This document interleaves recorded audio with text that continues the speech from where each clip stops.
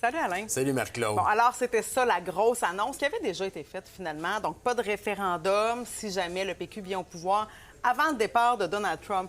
J'ai envie de t'entendre sur l'entrevue qu'on a fait avec M. Plamondon, Saint-Pierre Plamondon, qui n'a pas tout à fait voulu répondre à la question est-ce qu'un gouvernement péquiste dans un Québec indépendant pourrait faire face à une menace comme M. Trump? Bien, la question est tout à fait pertinente parce que rien ne garantit qu'après le départ de Donald Trump, alors qu'il laisse même miroiter des fois de faire un troisième mandat, là, ce qui serait très surprenant, que le prochain président américain, qui pourrait être aussi un républicain, maintienne la même stratégie face au Canada.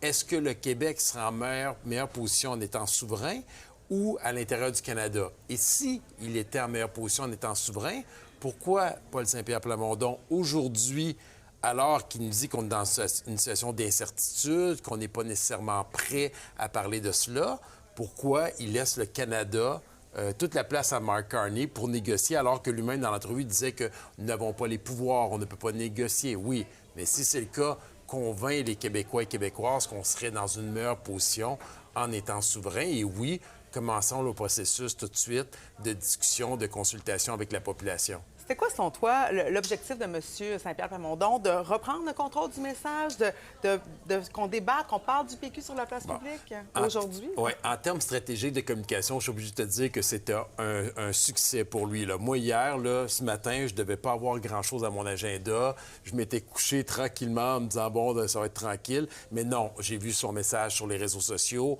J'ai mis mon réveil à 7 heures. J'avais mon café. J'attendais cette nouvelle où il nous disait que le référendum était repoussé après le départ de Donald Trump. Mais en même temps, la réalité, c'était que le livre bleu disait qu'une fois élu, il y aurait une consultation qui prendrait un an et demi à mettre en place. Par la suite, on aurait un projet de loi provisoire, une constitution provisoire qui serait mise en place, qui prendrait plus de 6 mois. Donc, on arriverait... vers la fin du non, mais plus que ça, on arriverait après la fin du mandat. Donc, quelle était l'utilité à part que prendre toute la place médiatique aujourd'hui? Ouais. Alain, le PQ est populaire. Le projet de référendum, dans les sondages, beaucoup moins. Est-ce que ça ne devient pas un boulet pour le Parti québécois? C'est clair, parce que sinon, il n'aurait pas fait cette sortie. Il veut mettre ça de côté complètement pour qu'on parle d'un bon gouvernement potentiellement du Parti québécois, mais je pense que Paul Saint-Pierre Plamondon doit se préparer parce qu'on l'a vu avec les chefs des oppositions. Ils vont taper sur le clou. Ils vont vouloir démontrer que Paul Saint-Pierre Plamondon crée de l'insécurité en laissant planer ce référendum s'il arrive au pouvoir. Est-ce que ça va déplaire aussi à sa base? Ça reste à voir. Et je peux rajouter quelque chose. On n'a pas parlé quelle serait la question si on avait un gouvernement minoritaire. On va en reparler, je pense. Merci, Alain, certainement.